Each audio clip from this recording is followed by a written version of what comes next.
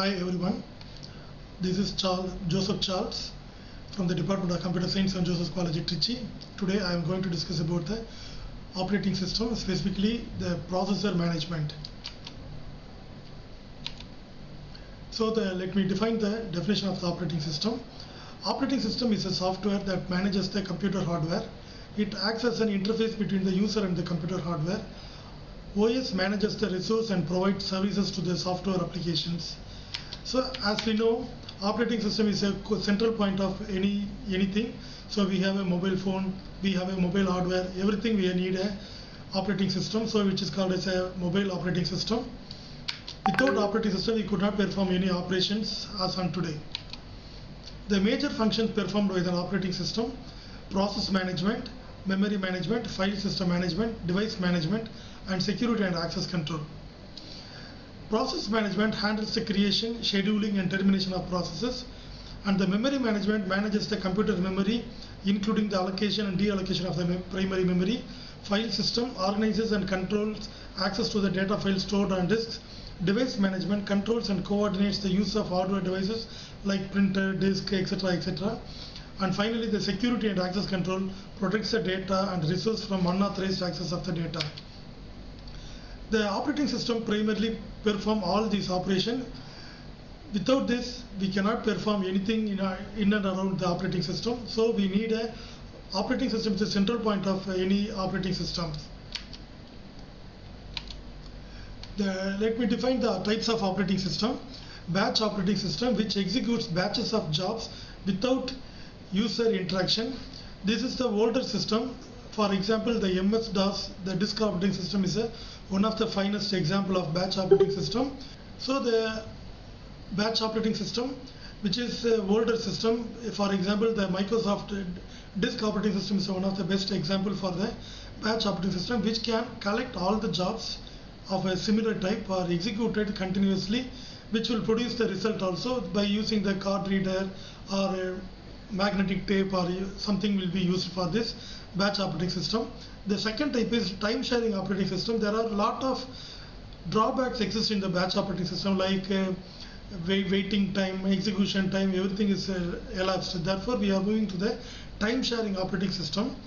In the time sharing operating system allows multiple users to use the same system interactively. For example, Unix, Linux are the examples of the time sharing operating system.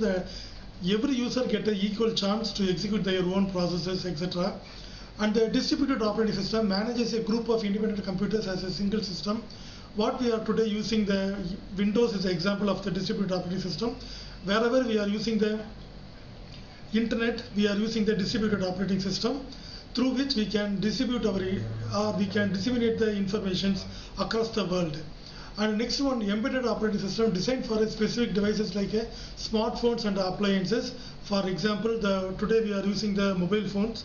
Is the best example. Mobile operating system is the best example for the embedded operating system, which is designed for specific devices. Everyone has a mobile device for a particular type. So the operating system can maintain or designed for a specific purpose. This is called an embedded operating system, which can written in a low-level languages. And finally, the real-time operating system, RTOS, processes data in a deterministic or timely manner. So our real-time operating system can be categorized into two: hard real-time operating system and the soft real-time operating system. The real-time operating system perform its functions based on the stipulated time. For example, if you go to the ATM, is the best example for the real-time operating system, because whenever you insert a card and it will ask the PIN number, it will allow the user to feed the data only for the 3 times. Otherwise, the card will be blocked, account will be blocked. This is an example for this. System will be performed for a specific time limit. That is called as a real-time operating system. Next one, the kernel. The kernel is the core component of the operating system. It acts as a bridge between the applications and the hardware. The kernel manages system resources and hardware communications. Kernel is nothing but what are any internal devices available in the system, like processor, memory, anything, CPU cycle, registers, processors, accumulator, etc., are called as a kernel. This is the central part, or this is the core part of the operating system. Through this operating system, the user can able to interact the kernel. That's why we are using the operating system. It acts as a bridge between the application and the hardware. So application, whatever the user written programs are applications. User written programs are applications, and the hardware which is already available. The operating system can bridges between these two peoples. And also the kernel manages the system resources and the hardware communications. Next topic is multitasking. Multitasking allows an operating system to run multiple processes simultaneously. So OS decides when a process should yield to the CPU, and a process must voluntarily yield control to the OS. So best example for multitasking is Windows. What we are normally we can perform the operations in Windows. Open one window and minimize. We can download something. Download next window. We can download some file. On another window type some program. On another window we can listen some song. Something like that. Multiple tasks are executed simultaneously. Multitasking. Any operating system which follows Windows. Windows is the best example for the multitasking operating system. Today most of the users are using the multitasking operating systems. Virtual memory. The concept which more closely used today is a virtual memory in the operating system, which extends the available physical memory using the disk space. It allows the system to run larger applications or more applications simultaneously. Virtual memory involves swapping data between RAM and the disk storage. Today, the application of the user program size is very large. But the primary memory, in order to execute the program, we need a RAM. The size of the RAM is very limited, 4 GB, 8 GB, 16 GB, something like that, which is very costly. Okay, we cannot able to buy a very costly one. Therefore, we have limited memory resource, but we have applications are very high. For example, one application may be 1 GB, like that. In order to execute this, we are applying the virtual memory concept. Through this virtual memory concept, we can execute any quantum of program in a very limited or smaller memory. This is called as a virtual memory. That is a illusion. The user does not bother about the memory what we have in the RAM. But we can try to execute, but this will be accomplished through the virtual memory concept. Networking. Networking is another concept which allows the computers to communicate and share the resources. Today most of the users are, most of the resources are shared in a network. For example, I am resided in Trichy. My friend resided in Chennai or anywhere in the world. But all these systems are connected in the network. We can share the resources. Whatever I can have it on my local disk, that can be shared. That can be viewed by my friend who is resided in Chennai or anywhere in the world. Networking can provide the things. Okay. Computers to communicate and share the resource. Resource is nothing but not only a physical resource. Any information can be shared. We can share the images, documents, or anything. We can share the information. Communication. Operating system handles the network protocol, resource sharing, and network security. Another one of the major point that which is called the system calls or system program. The operating system maintains or handles the network protocol. We have using so many network protocols. For example, SMTP, Simple Mail Transfer Protocol, HTTP, Hypertext Transfer Protocol, POP, POP2, etc. So all the network protocols are managed by the operating system. Resources can be shared. How the resources are shared from one people to another people or one system to another system, that will be managed. And the network security, there are a lot of security issues are involved in the operating system. These security issues can be managed by the network handled by the operating system through the network security procedures or protocols. The types of user, single user operating system which support one user at a time, typically on personal computers, and another one is multi-user operating system, allows multiple users to access the computers simultaneously. The broad category is single user. Today most of the people are using a laptop or palm tab, ring top or something, mobile phones, etc., which can be exclusively used by one people at a time. Okay, the resource can be utilized by the particular people by the particular system. Whereas the multi-user operating system, the system can be shared or multiple users can be access the system simultaneously. Okay, that can also be possible because of the networking or network operating system is available. Popular operating systems: Windows, widely used operating system for personal computers; Mac OS, Apple's OS for Mac computers known for its sleek design; Linux, open source operating system used in servers, desktop and embedded system; Android, the most widely used mobile operating system; iOS, Apple's mobile OS for iPhones and iPads. These are the popular operating systems. Apart from this, there are n number of operating systems are available. Now we are coming to our core concept, which is called as a processor management in the operating system.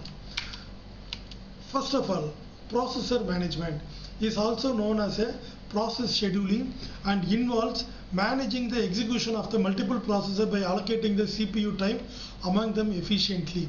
Because most of the time we are using a single processor, uniprocessor system. Most of the people we have the system is single processor. So we have only one processor. This process can be shared by a different processes which is in the system. Suppose imagine we have a system, our system is connected in the network. We have multiple users but single system. How the operating system or the CPU can share multiple people simultaneously. That is our core objective. This will be taken care by the operating system. It ensures the optimal system performance, responsiveness and fair resource distribution. This is the core concept called optimal system performance, which also should improve the system performance. Okay, because of single processor can be shared by multiple people, one network.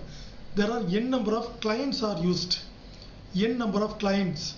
So the system performance should not be degraded. It should be improved upon. So therefore we have to consider the things.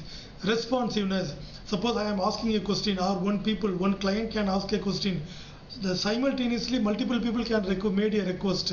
All this the responses should be given. Responsiveness should be higher. And the fair resource distribution. Also the resource, already I told you there are so many resources are available. All these resources can be fairly equally distributed to the n number of people connected in the network. So that is the core concept of the processor management. Objectives of the processor management: maximize the CPU utilization. So yeah, already told you, we should increase the confidentiality, or we should increase the fairness or usages of the CPU utilization, because n number of people are connected with the system at a particular time. Any number of people can make a request. So the CPU utilization should be improved. Okay, ensure that the CPU is always busy by executing the task. Second one, fairness. Allocate CPU time fairly among all processes, preventing the starvation. Starvation is nothing but a race condition. Some people are called as a race condition. Some devices, some users, some process can be waiting to acquire the resource for a n number of time, which is called as a starvation. In Tamil we say that it is a patrakurai, a shortage.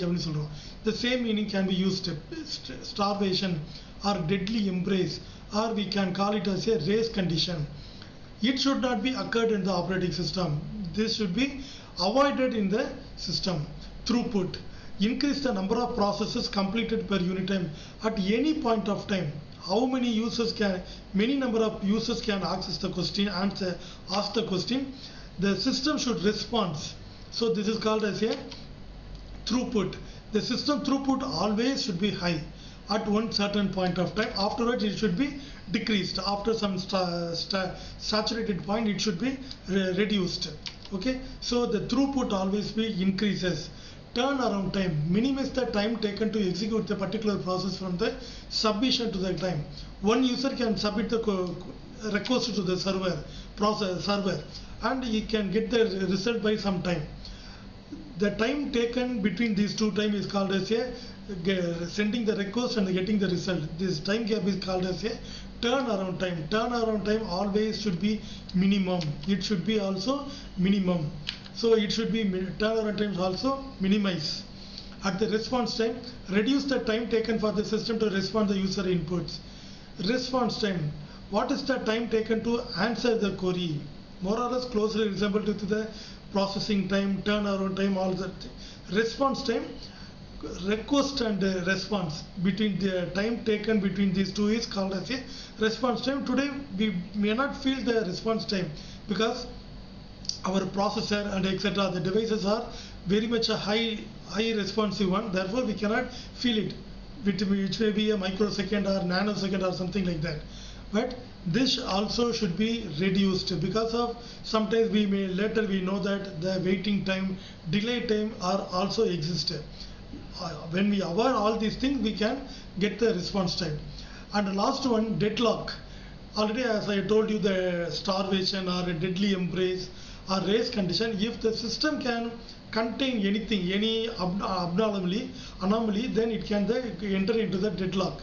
So deadlock can be created or existed in every system, but it can be initiated by any one or more processes at the particular condition satisfied. The deadlock can be created by at any situation, like the basic characteristics are hold and wait, circular wait, no preemption. So these are the conditions which can satisfy if one process can hold one device and also simultaneously trying to acquire the another resource, then the hold and wait condition satisfied, then the deadlock will be incorporated in the system. Or sometimes we call it as a n number of process and n number of resources. One device can hold one device, one process can hold one device and try to acquire the another device. This is normally happen. The same process may be try to acquire the another resource, then the deadlock may be occurred. Okay, in a simple term we know that one-way road. Okay, no one opposite direction, no one can be crossed. Suppose unknowingly a bus or car and the one way direction, the other people enter, the road will be blocked. This is nothing but a thing. In our computer, we generally term as a printer. Normally one printer can take a printer at a time. Suppose two systems can be connected by one printer. At a two people, both the system trying to take a printout at a simultaneously, the printer will not be, only it will be jammed or the information will be junk characters. So this is called as a deadlock. Deadlock should be avoided in the system. The key components of the processor management: processes and threads, process states, process control block, and the CPU scheduling. These are the core components of the processor management. Let us see one by one. Process and threads. Process, an instance of the program in execution, including the program code and allocated resources. Or in simple words, we can put it like process is nothing but a program in execution. This is a simple definition the user can define.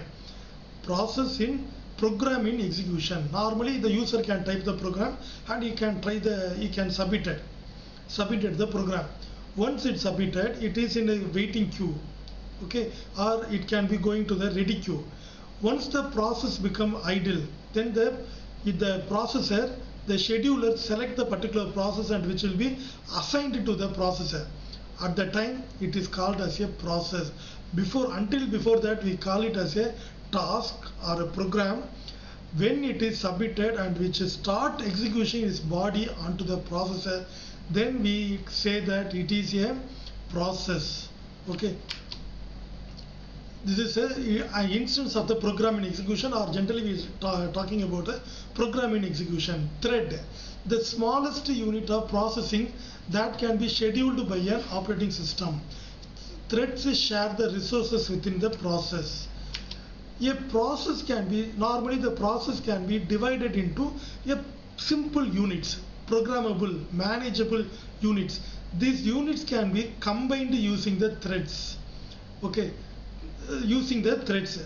So this is a thread can be single thread or multiple thread, which is used to a manageable units of program code, process can be subdivided into threads, and threads can be linked. Okay, these are the first component. Next one, process state. As I already told you, once the program is submitted, user type the program, save it, and he can try to save the system, which is called as a new. The process is being created, which is in a state.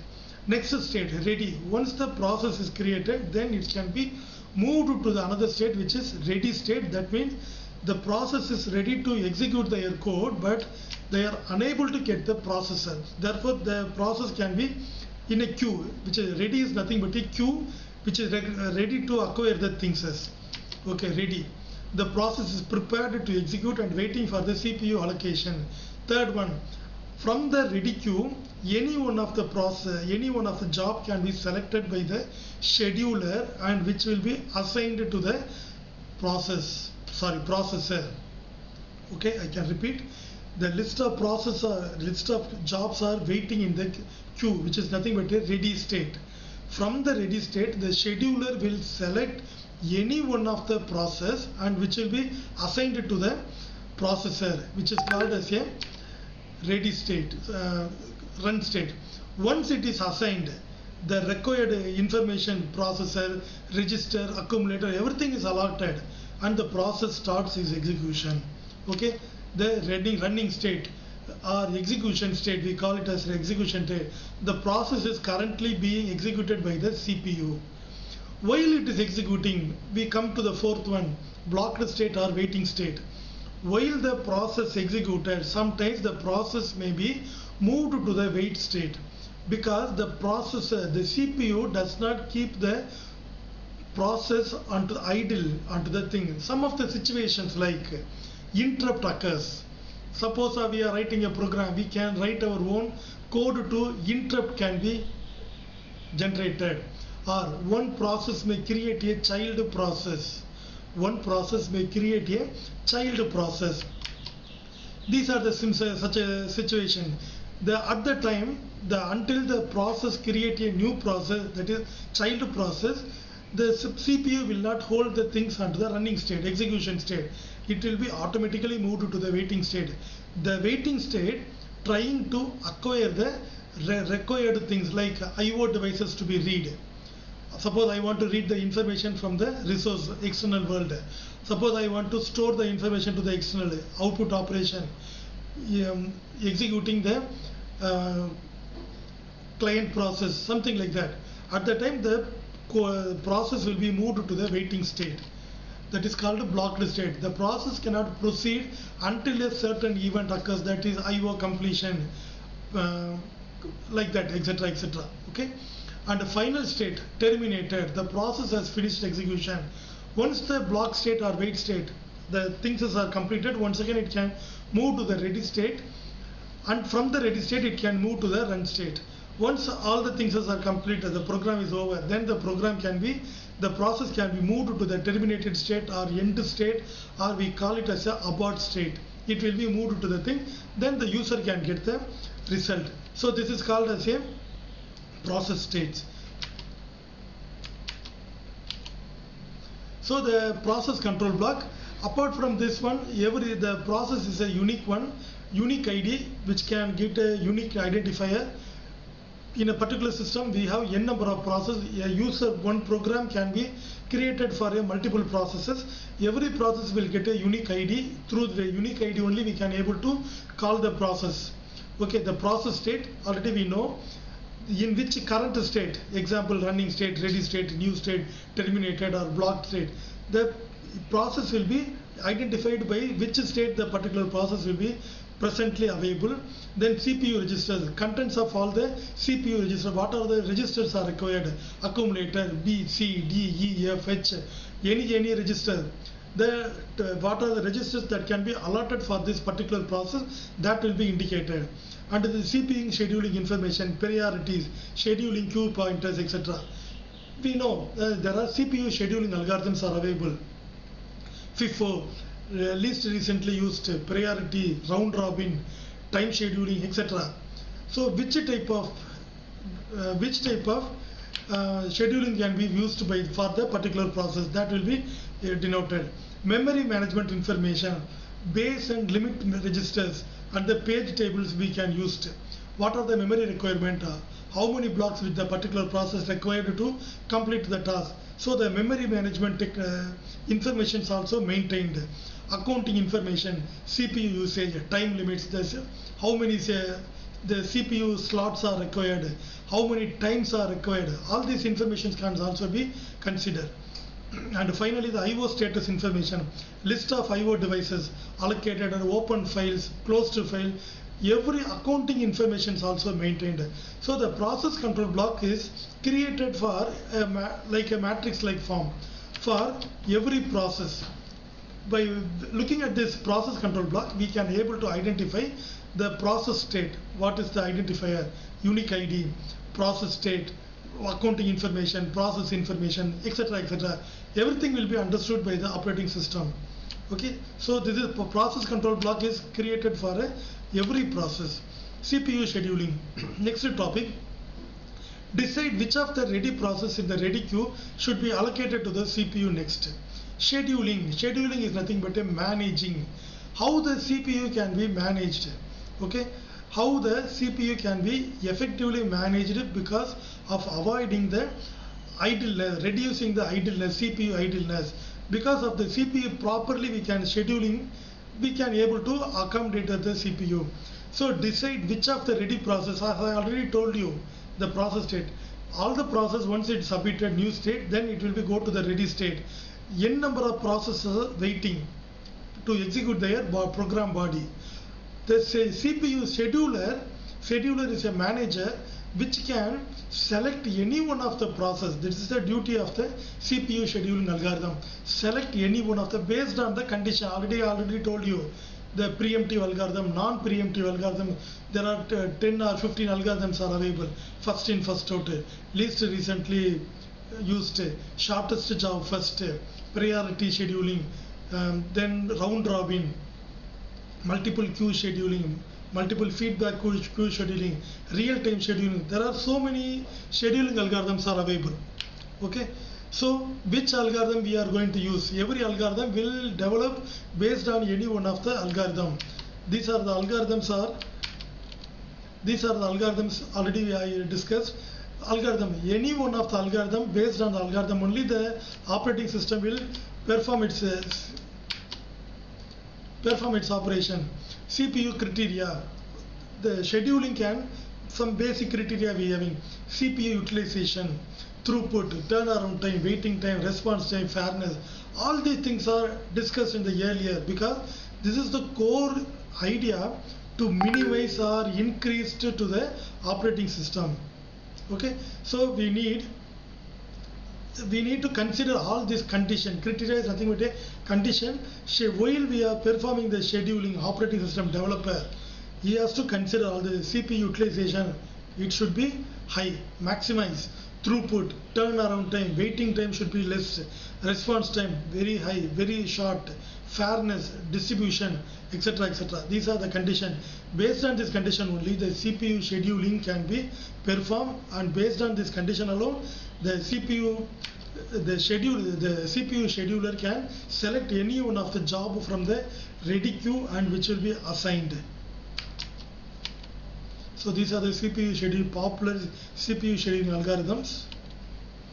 First come first served algorithm, FCC, FCS. Processes are scheduled in an order they arrive. They simple, non-preemptive, and can lead to the convey the effect. Example: processes are processed in order they arrive. Shortest job first.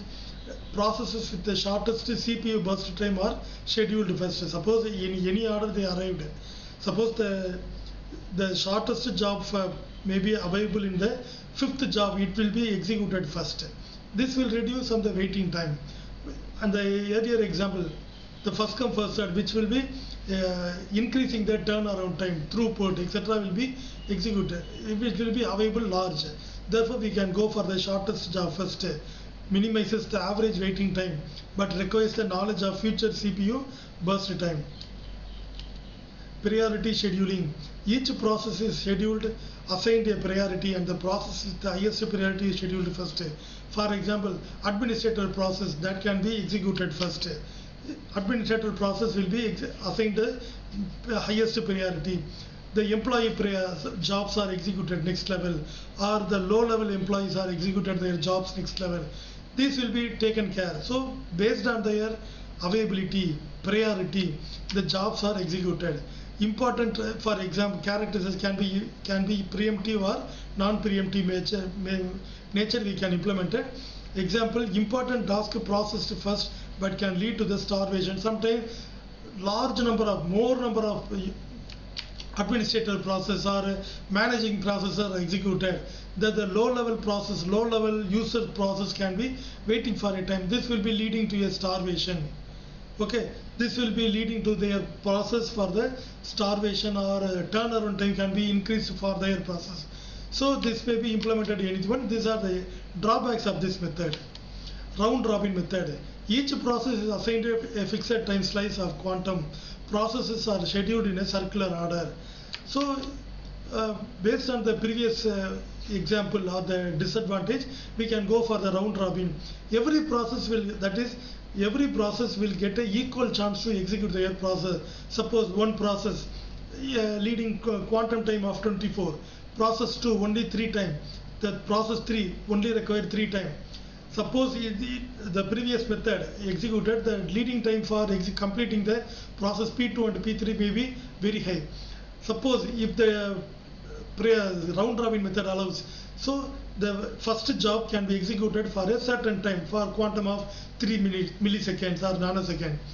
Only after executing the time, it will come out from the queue and it will enter to the waiting stage. So the process P2, which requires only 3 nanoseconds, this process will be executed. Once it's completed, it will be exited from the process scheduling. And the process P3, which also executed for the only 3 and which will be come out from this thing. Remaining only one process P1, which we're trying to execute the remaining 21 seconds. The entire process can be, processor can be, CPU can be assigned. So the leading time, turnaround time can be increased. So this is a simple example. So this improves the good response time, performance dependent on the quantum of the length of the process. Multiple queue scheduling. Processes are divided in different queues based on the priority or the process type. For example, queue, first queue, the administrator process, second queue, staff process, third queue, student process, fourth one, public process, something like that. Processes are queued, pooled together, and they are given a separate name. So first queue can be executed. At the simultaneously, the second level also trying to execute their process in a similar order. So which can organize the process effectively but rigid, as the process cannot move between the queues. The process cannot move from one queue to another queue. Suppose one queue can have a high information and one can be low. So suppose the process low priority or one simple queue completed its task. Still some of the queue can be tried to executed. The process cannot move from one queue to another queue. This is the one of the, because of the rigid allotment or something like that, based on the thing which cannot able to move. Multi-level feedback queue scheduling. This is another implementation as like the previous one. The drawback of this one is the information or the processes cannot be moved from one queue to another queue. In order to overcome the difficulty, another thing is called as a feedback. If another one queue is idle, then the queue can be, every queue is feedback from one of the output can be input of the next one. So if there is any queue is idle, then the queue which are heavy loaded, that can be distributed. So that's why we call it as a multi-level feedback queue scheduling. This is a dynamic adjustment. This is one of the today what we are using, the Windows operating system or most of the mobile operating system, iOS, Apple operating system, everything today we are using this. A dynamic adjustment lead to the efficient CPU utilization, but complex to implement. But Today the individual multitasking operating systems are mostly using this dynamic adjustment so that we can multiple jobs can be executed by. Already I told one thing downloading and typing one thing, listening music, something we can simultaneously perform. Multitasking operating systems are trying to mostly implemented using this multi-level feedback queue scheduling. Next topic is context switching. The process of storing and restoring the state of the CPU so that the execution can be resumed from the same point later.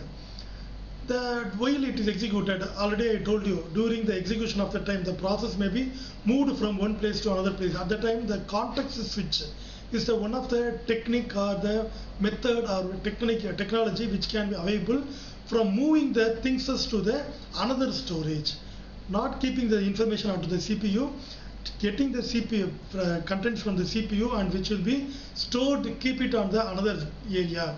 So the context switching, moving from one place to another place, CPU to secondary storage, CPU to output area, CPU to the ready waiting queue, something like that. We can move, which is called as a thing. Next one, deadlocks. Already I told you some of the things, some of the process are holding something and trying to acquire the thing which is held by the another process, which is called as a deadlock. Deadlock situation where two or more processes are waiting indefinitely for the resources held by the other processes. That is the definition. One process, for example, process P1 hold the resource R1, but the R1 may be held by the process P2.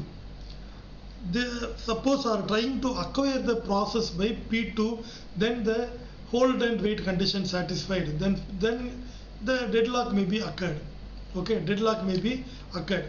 So in order to handling this deadlock, we having prevention. There are so many prevention techniques are available. Avoiding methods are available. Detection and recovery and ignoring the deadlocks are available. For example, prevention. How we are preventing the things? Starvation. In order to avoid the starvation, before allocating the any resources to the process, the operating system or the designer can verify whether this particular process already hold one process or not, or the process which is required by the existing process should not be held by the some other process. This is the basic idea. Process P1, suppose resource process P2, okay, process P2 require the resource R1.